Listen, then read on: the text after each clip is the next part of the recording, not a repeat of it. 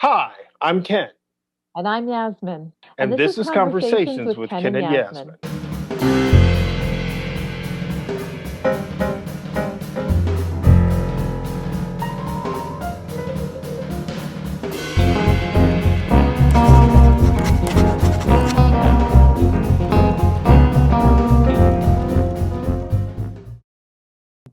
So, Ken, Mm-hmm, 2021, new administration, mm-hmm. new year, um, not a particularly peaceful beginning, No. unnerving, Mm-hmm. but are we optimistic or I'm trying, cautiously optimistic? I'm cautiously optimistic. I'm trying Mhm. my best to allow the positivity and the hope and the optimism to stay within my heart. But it's also one of those things, it's like feeling like being stuck in a very, very weird hangover that you're just trying to Mm. get out of. It's like you feel like you're okay, and then all of a sudden you lift your head too soon, and then you get this swirling of the world around you, and having these moments in which you just feel a little bit not connected, which is any type Right. of major change like this that's going to happen. Everything's Yeah. not going to go smoothly. Mm. But I know the one thing that's been happening for me is that I really made sure that even though the first couple of days of the new administration, watching the press conferences and everything like that, I had this sense of calm. Mhm. And then I realized that I'm just going to stop watching them. Right. It's like You, any type of news that I definitely need to have will come to me, right. but it's weird not to come home and like, what's Be consumed crisis by popped it, up? right? Yeah. And be completely consumed. You're not the only one I've spoken to who said the same thing. That people for months, years recently had been completely consumed by cable news, by news, um, just just taking in everything they could, and now are stepping back Yeah. because you have to. I've been a lot more introspective when it comes to my own personal writing and things that I wasn't as much last year. Um, I'm just trying to find, those moments of like embracing happiness or just getting to the point of being able to embrace people. Yeah. Yeah, it's just there's a lot going on and so much is happening so quickly, and it's just all compressed in such a short window, and just trying to find some way that you can breathe a little bit. For me, I don't want to sound cynical, but it's not as surprising. It's sort of expected.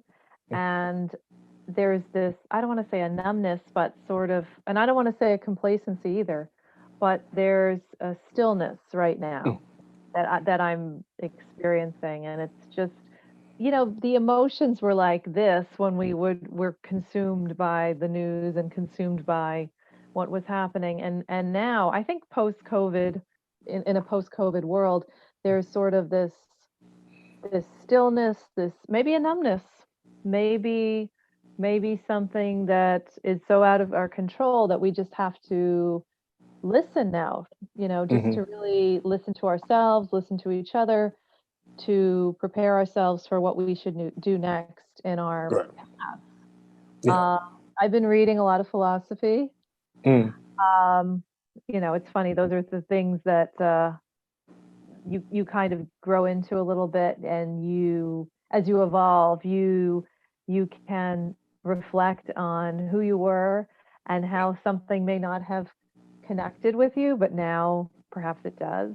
And Yeah. as we both had a birthday, Yeah. uh, and firstly, thank God it's nice to be here, Mm-hmm. still with so many, what's the number? 400.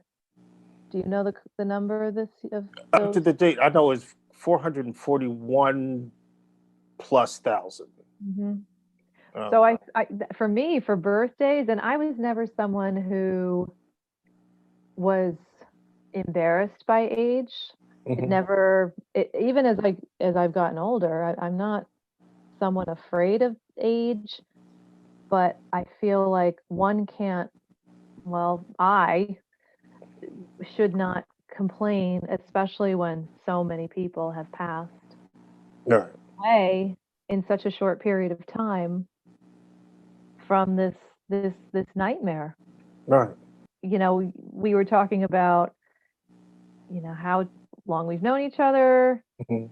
our friendship, you know, our work together as director, writer, and all our collaborative partnerships, creative partnerships.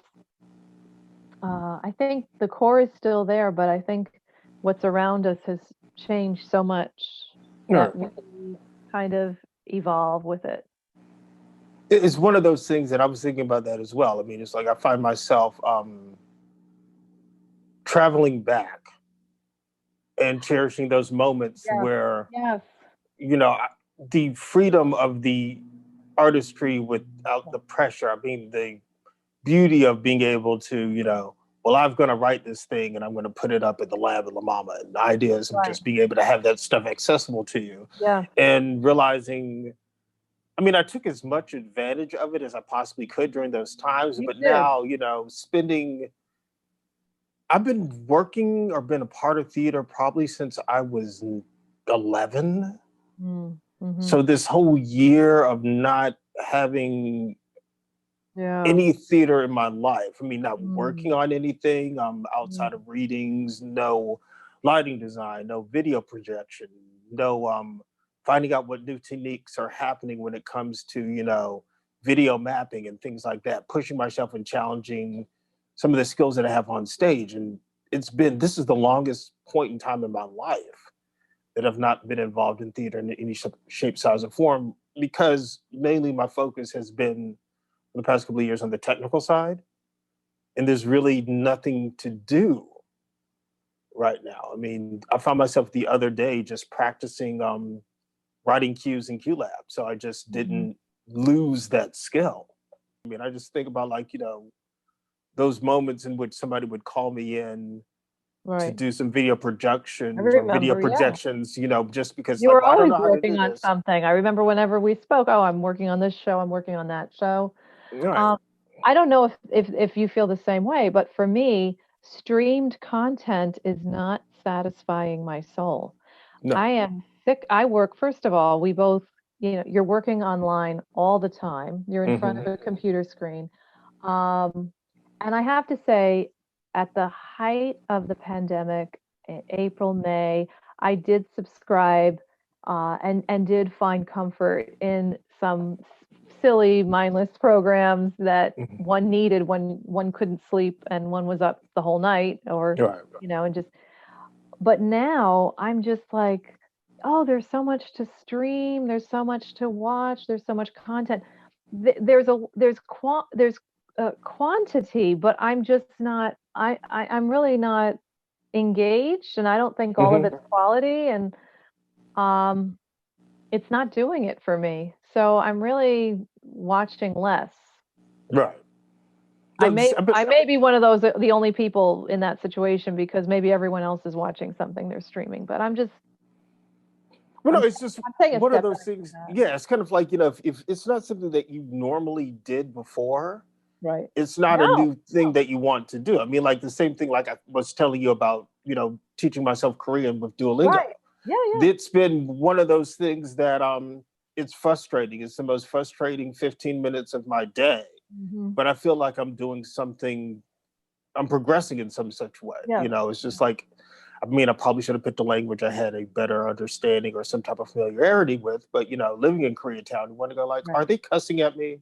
What are they really saying? You know, so it started off as something that was like, oh, well, I've got this time, you know, And you give have me the something to do. ability to practice because of where Right. you live, and also there. I mean, you want to talk about streamed content? There are programs that you can watch and listen to help you practice as well. But Right. But good for your it's, mind. yeah, it's just wanting to challenge myself in new ways because, like, it's hard to edit video if you really can't shoot. I know. It's hard to basically think about, you know, any type of, I mean, I could still probably compose music if I Hmm. wanted to, but for some reason at the end of the day that's the last thing I want to do, which is weird because again it's like I would be composing music towards productions, Hmm. like interstitial music, theme music, things like that for stage, and now that that's gone. It'll happen again, but don't Yeah. I mean, I think it'll happen again. I've been actually very creatively busy because of my voice. I was asked to be in a Zoom production of John Dos Passos's USA, Hmm. which I did and played Eleanor Stoddard, and I that was a little bit daunting because I'm not accustomed to performing, so that was fun. I'm writing a chapter for a new book on drama therapy. Okay. Um, I have a deadline pretty soon, and so I have to get going with that.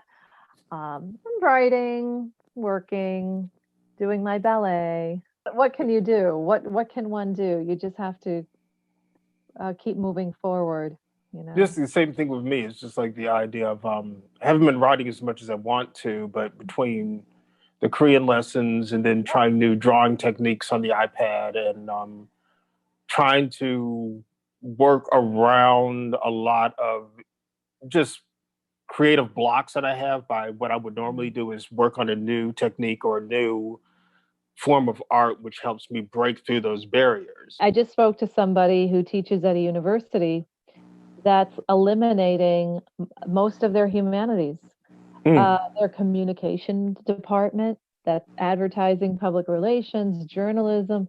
I mean, can you imagine being a young person out there who has this dream and you can't pursue it because it's just not being offered anymore in so many schools that are focusing on making different choices, Right. um, having to make cuts, having to look at things differently. The future of education, is there room for the humanities? I hope there is. There has to be. Right. There must be. Um, but at least you and I could say we had the opportunity to study what we wanted to study.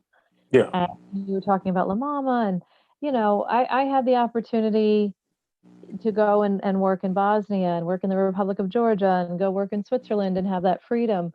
And I don't know, obviously with travel, people really, it's difficult now and it's Right. impossible now.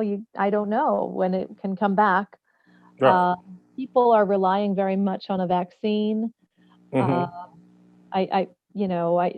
I'm not going to speak about the science of it because I'm not an epidemiologist. Um, but I feel that I don't know who knows the answers. I know that Right. there are many talking heads, but I don't know. I think people have to do what's right for their families, for themselves, and Yeah. of course to listen to the science, but to get as much information as one can. Are you hopeful with this, with the vaccine? Are you I'm hopeful with the vaccine, but I'm also very realistic about how long it's going to take to get there. right? Hmm. It's not going to be a quick thing.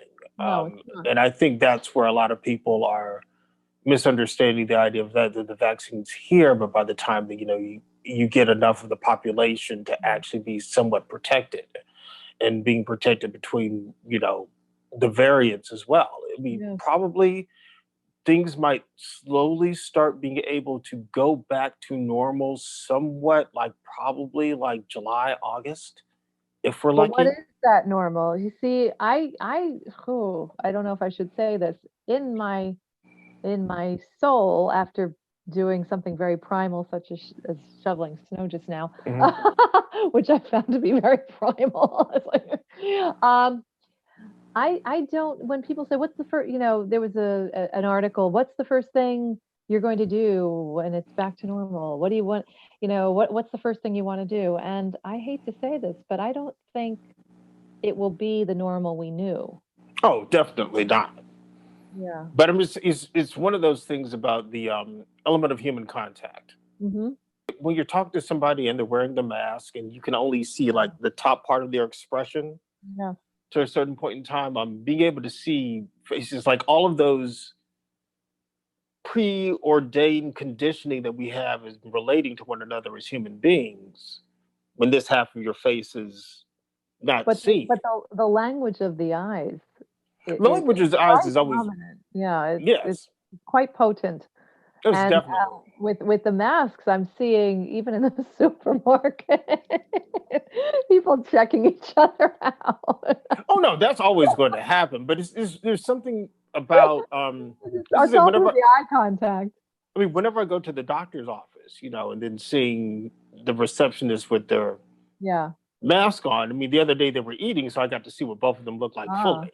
Uh-huh. Um, through the glass window, which was nice. But it's also one of those things where I think that there's something about that lack of human contact Right. Of course. that is what is driving a lot of people um, to do things that they normally wouldn't do.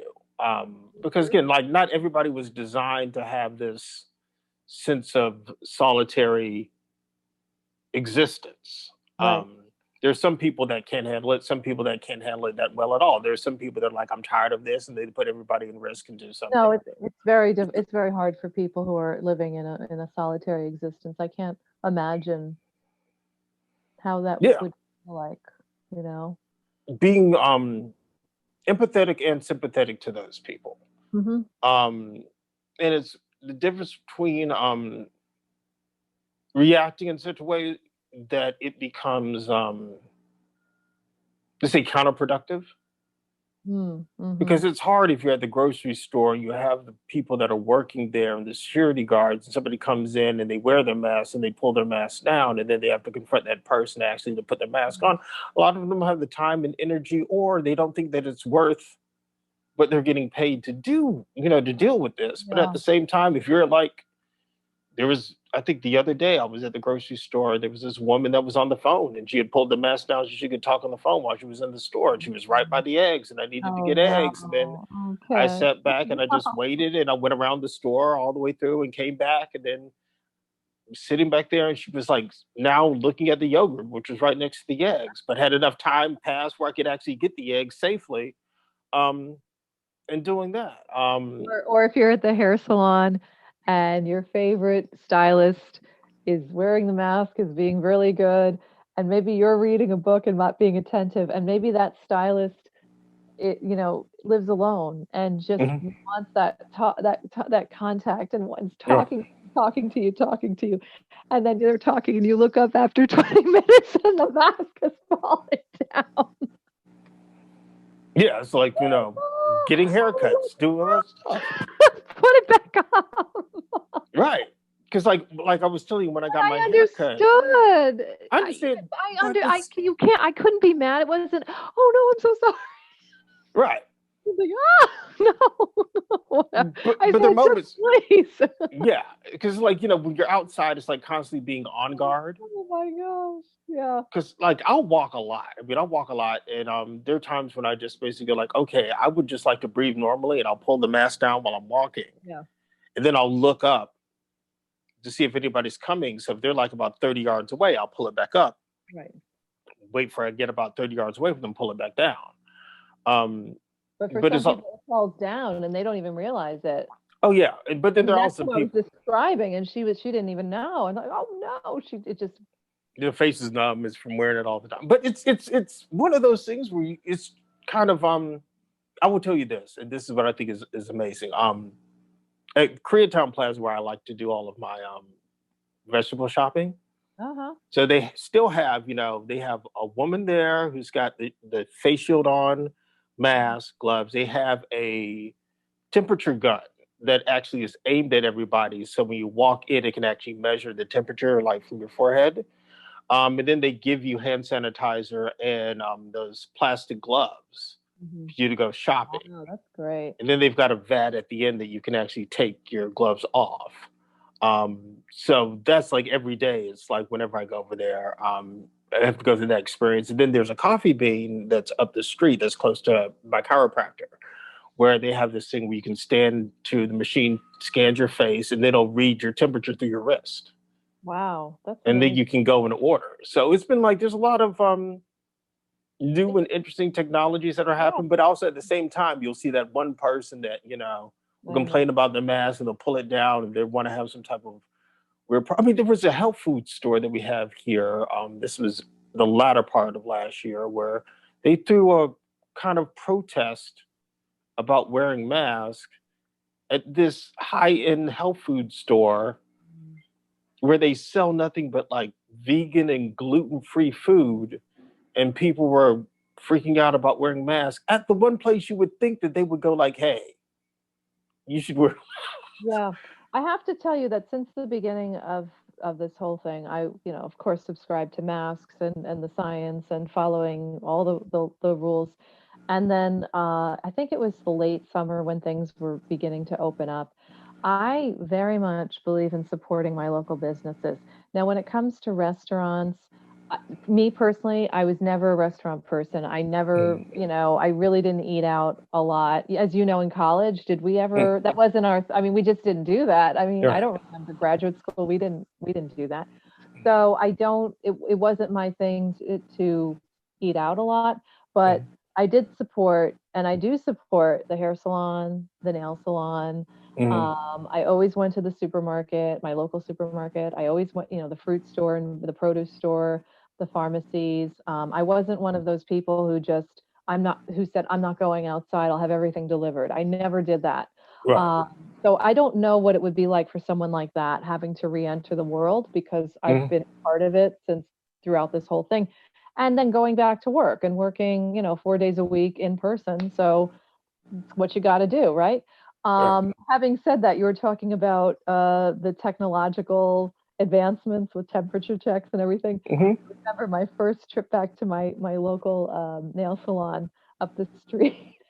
I thought she was just going to spray my shoes with something. She said, "Close your eyes." She sprayed me. I think it was Lysol. Right.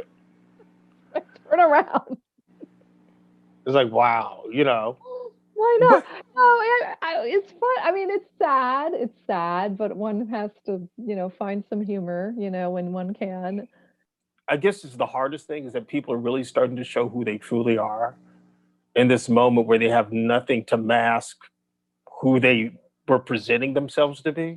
And I think you're also finding people, I don't want to say cutting people out of their lives, but your friend circle kind of diminishes a little bit, Yeah. or your social circle has really diminished to the people who are, I'm thinking about the people I speak to Hmm. weekly.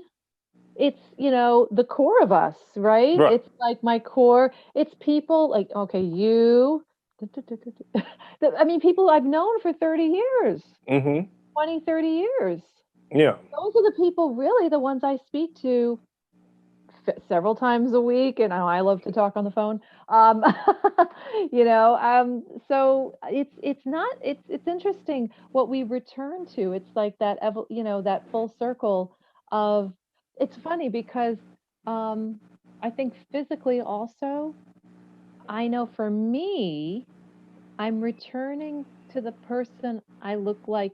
I don't want to say as young before. I think there's sort of like a very earthy, natural quality that we're finding ourselves returning to, where you're stripping away. Not that we were vain before, but I think our focus was on things that were, I guess, unessential now. Hmm. We talked about the word essential and non-essential. And I don't know about you, but I'm kind of returning, and it's completely out of my control. It's just sort of happening Hmm. to the person I was. I'm still I was always that same person, but I think kind of finding what we found joy in, the people we found joy in. Right. That's Yeah. that's what I mean. Yeah. There's a lot of let's say emotional weight distribution Yeah, yeah. that realizing that if you need more time and energy just to keep yourself Hmm. into, keep Yeah. yourself intact, and a lot of the relationships that I would Yeah, say that were more emotionally draining, yeah. you find Gone. yourself that you don't have the time Bye. for them. Sorry. Yeah, What are you reading right now? nothing really. I will tell you this. This is a moment of vanity for me. I realize that the reason that I have not been able to write as long as I want to is because I refuse to wear my reading glasses when I'm working. Even though I'm alone and nobody's looking at me, Mm, I won't put on my deep. reading glasses. That's deep. And then I realize that Mm. 2 hours into it, I need to take a nap because my eyes are strained out from not wearing the reading glasses. And it's one of those things where I knew the first time I put them on to do it that I was going to have to do it constantly. Mhm. And that's what I started noticing, Are you that going to start wearing them? when I read, Mm. and it's just weird because I can read a street sign from like several blocks away. But if I have a book in my hand, it just gives me headaches. I'm pulling out the book that I'm reading. Well, I kind of, Oh, okay. Are you the, enjoying that? the aftermath of war. Mm. Talk of parallels, really interesting essays, really very critical. And speaking of critical essays, Oh, okay. you know what? I wanted to support Seagull Books. I got also from South Africa, Okay. South Cool. African writer, Zakes Mita, South Hmm. African novelist, poet, and playwright. Oh, and he taught at the Department of English at Ohio University. And, oh, I'm on the South Africa kick. Conditional tense, memory and vocabulary after the South African Truth and Reconciliation Commission. Okay. So some heavy stuff there. Yeah. Well, that reminds me because the other day I found my copy of Nietzsche's The Birth of Tragedy, which See? which I hadn't read since See? college. No, no, that's a lie. I bought it about 5 years ago because I remember Hmm. that the Penguin Press translation Uh-huh. kind of really Love Penguin. Penguin Press. What they did is it brings out Nietzsche's humor Hmm. in it from the translation to German, and I was reading it for a little bit and just laughing, realizing that okay, this was a good thing to have, and I have it close to my bed.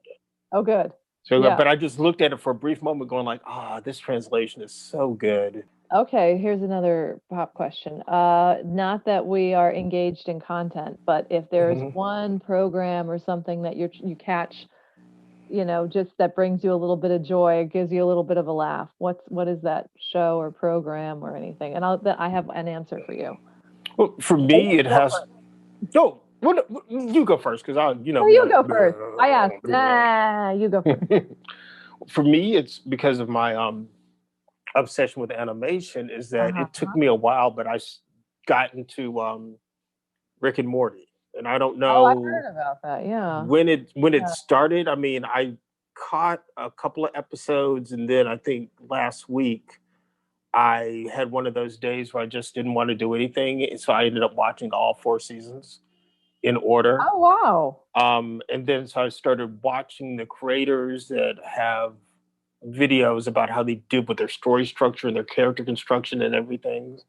So it's been interesting that it started off as something that would just take my mind off it because it's so twisted Hmm. that I would just not have to worry about anything. And now it's become this urge to find out more about the story construction of the characters, to see how each season rolls into the other, how each character is related to one another, and understanding that you're dealing with these ultimate, infinite, parallel universes that exist, how he can keep a certain level of consistency when it comes to character construction.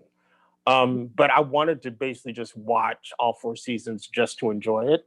Yeah. And then my analytical mind instantly jumped to find Right. out exactly what they're using when it comes to story structure, character construction, to make these characters move in a forward direction in such a way that you can create an episodic based upon these characters' development. Right. Well, for me, it's similar to your response because I started watching, well, I got into an Almodovar kick in which I would just spend a week watching as many as I can, the ones I loved, Mm-hmm. all about my mother. That's just Mm-hmm. my heart. That film is my heart. I love Julieta. I don't think you can have Julieta without All About My Mother. I think All Mm-hmm. About My Mother's the catalyst. Talk to Her, High Heels. I mean, I just had a week of that. And then, Okay. said, looking at the structure, the characterization, being more analytical. Just I spent a week a few weeks ago And I didn't plan it. I just had a week of Almodovar. What's your favorite film of his? Um, hmm, that's hard to say. I know. I It's mean, for me, it's probably. all about my mother. It's there's something again primal. It is such it's a Mhm, visceral primal. It is such a gorgeous film, and the performances, Cecilia Roth just breaks your heart and rips it out of your chest. So mhm. for me, it's all about my mother. I think it might have been Matador. And I Hmm. think the only reason is because that was the second one that I saw.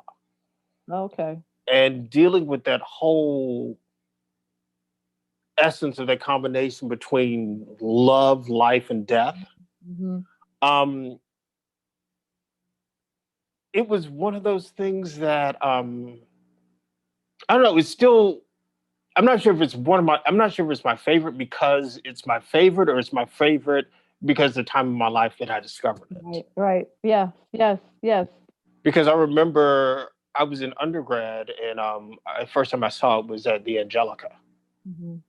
when it came, and that whole experience about being able to just go to the Angelica Film Complex and Yeah. just watching like all of these independent and foreign films whenever you wanted to. Like there was a point that you would just get bored and go like, I'm going to go see whatever is happening at the Angelica. I saw All About My Mother at the Quad, Okay. on a winter's night. And what are you eating? Well, I have this new obsession with jackfruit. Oh, That's been um, the one thing that has been kind of soothing my soul. I will buy sections of it fresh, boil it down, separate the seeds from the rind, from the husk, do the rags, separate the fruit from the seeds, and make things with it because it's supposed to be, extremely very healthy healthy for you. superfruit. What I'm going to try and do is I saw this recipe for jackfruit ribs that I'm going to try this weekend.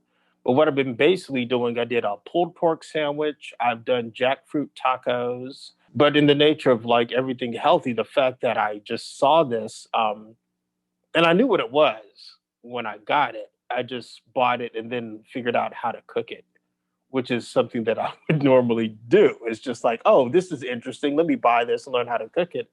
And it's turned out really, really well. I mean, especially the jackfruit tacos Hmm. and reading all these recipes where people go like, well, I started to cook the jackfruit this way, but that's not how you do it. So like, well, what's the right way to do it? Tell me.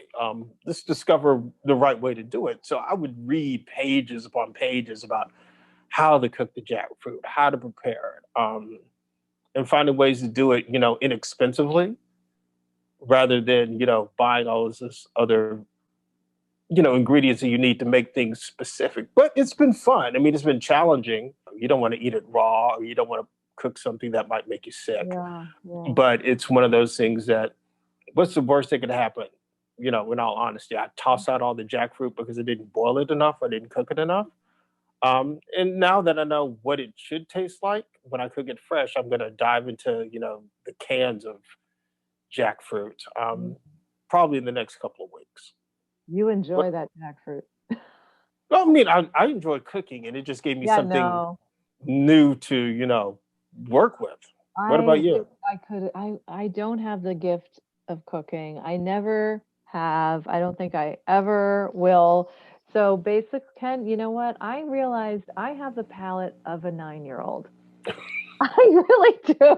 I'm sorry. I have the palate of a 9-year-old. And that's, I just should stop apologizing for that. No, but other than that, uh, chickpeas throughout Mm-hmm. this whole thing, it's been chickpea city, spinach, raw spinach. Mm-hmm. I really like that. And I am unapologetically enjoying blueberry muffins. Wow. There's a fruit there. There's blueberry. Yeah, the blueberries, and they're mixed in with everything else. And blueberry muffins aren't bad. Once in a while. Yeah, when this thing is over, I should Uh-huh. come out there and cook for you. Please. Someone That would else. be somebody out there has to. I can't. Because I mean, for me, it's just one of those things that Anyone's listening out there. like it's something that I love to do, and it's just. For me. I mean, like I remember talking to I'm appealing to the audience.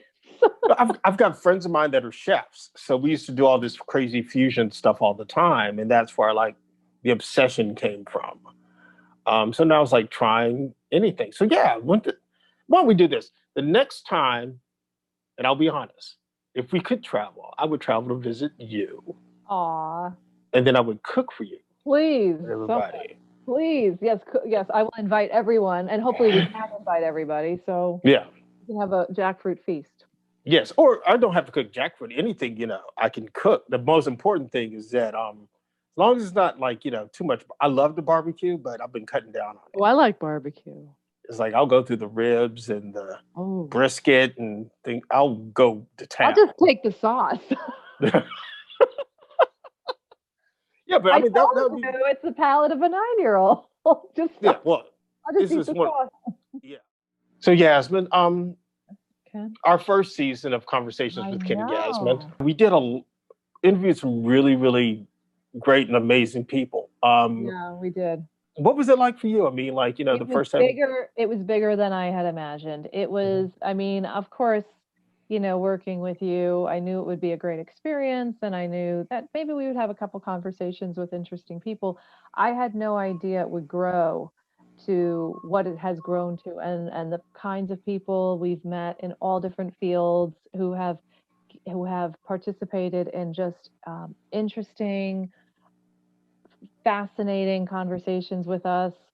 I've enjoyed every minute of it. I remember one of our first episodes with CB at Mhm. the Jerusalem English Theater, and then Lisa Tahir and her work in New Orleans and Los Angeles. Jenny Vath's work as an actress in New York. Aaron Mhm. Tillman's work as a dating coach. Um, Ken, who else have we had on? Godfrey and Seth when it Godfrey and Seth, uh, yeah. right before the election. I mean, it's been Mhm. really great. We've talked about politics, art, mental health, um, theater, and COVID. It's just been really, really exciting. I'm very excited about our new season. Yes. We're going to have Dr. Cheryl. Hmm. And Dr. Cheryl is a wonderful doctor, and we're going to talk about vaccine Hmm. and other things that we should know about. Um, she's also just a great friend, and Okay. I'm really looking forward to Dr. Cheryl on our Mm. show. Yes. And we're going to continue talking about the future of the arts, which is very Right. important in this new age of a COVID world and of change. Um, Politics is always there. Right. Can't get away from it. True. What are you looking forward to this season? For me, dealing with first what we did last Mhm. season, it was kind of like, knowing that this is a new medium, Mhm. and seeing where it was going to go. I mean, that's kind of like the beautiful thing about having a plan but not having a plan. We weren't trying to hit like specific guest topics and try and create this arc. It just like we wanted to just interview people that we were interested with Mhm. and people that would bring us information. So it was kind of like normally understanding the structure that I would normally have if I was doing something like this. And I'm not saying that the good thing about this was being able to relax and realizing that the work that we've always created together has always been a joy to do because we're working together. Mhm. Mhm.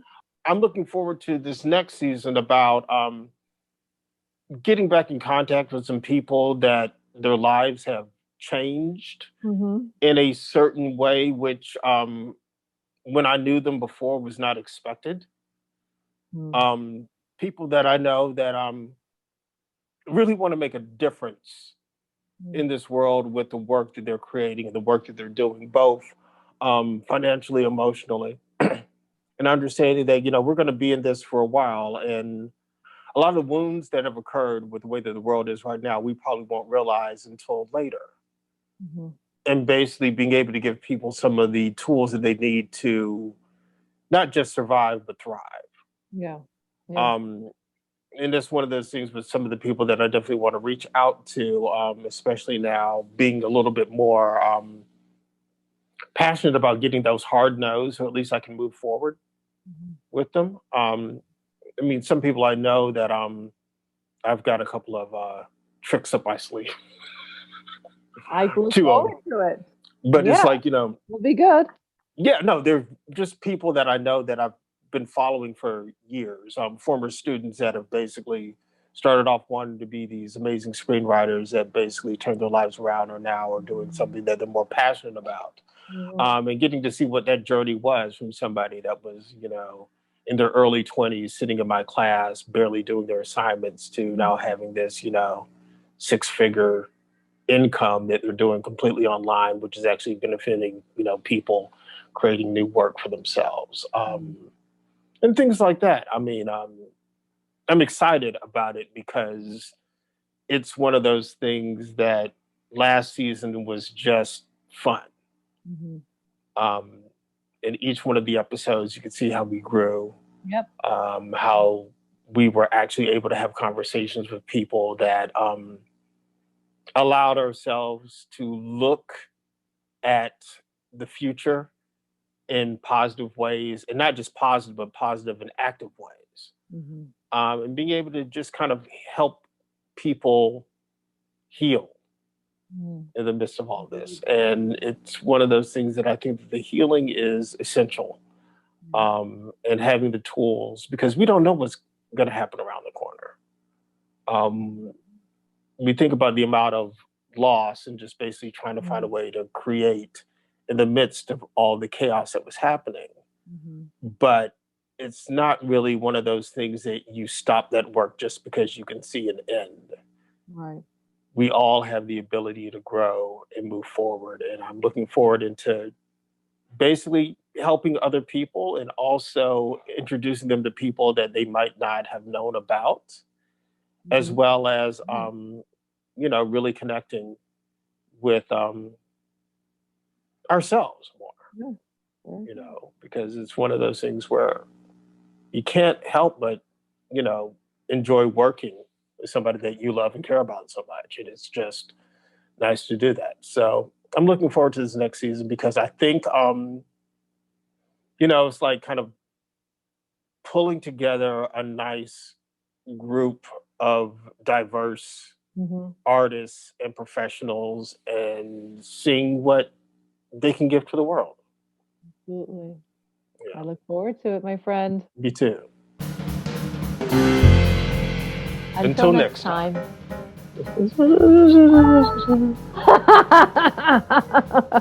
Who's that? This is Someone that. who is very young.